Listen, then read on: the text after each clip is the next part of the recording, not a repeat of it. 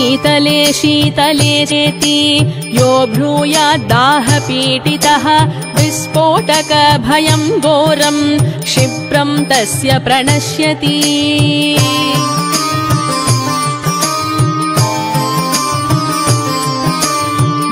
यस्त्वामुदकमध्ये तु ध्यात्वा सम्पूजयेन्नरः विस्फोटकभयं घोरं गृहे तस्य न जायते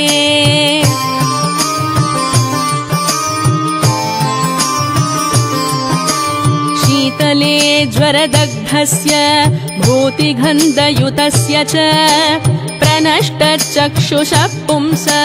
द्वामाहुर्जीवनौषधम्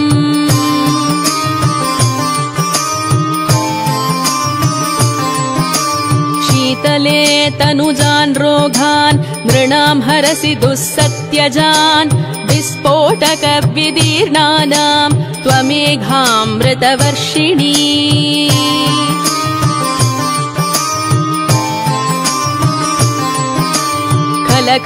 खलकण्ठग्रहारोगा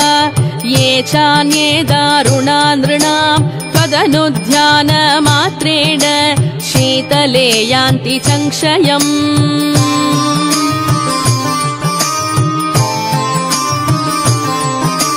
न मन्त्रो नौषधं तस्य पापरोगस्य विद्यते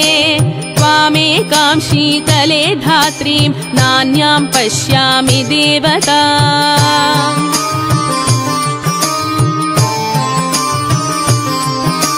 मृणालतन्तु सदृशीं नाभिहृन्मध्य संस्थितां यस्त्वां संचिन्तये देवी तस्य मृत्यु न जायते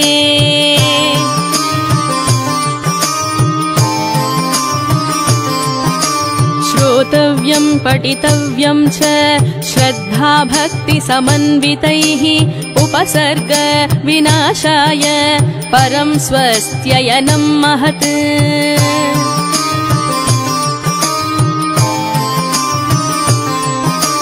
शीतले त्वं जगन्माता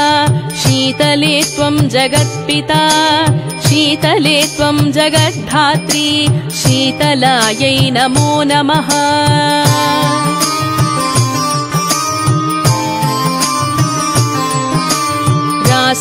रासभोगर्धभश्चैव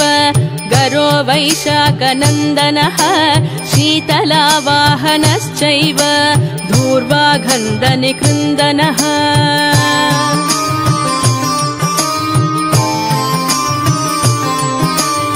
एतानि करनामानि शीतलाग्रे तु यः पठेत् तस्य गेहे शिशूनां च शीतलारुं न जायते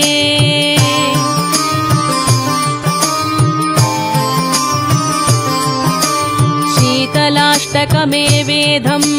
न ध्येयं यस्य कस्यचित् धातव्यं च सदा तस्मै श्रद्धा भक्तियुताय वै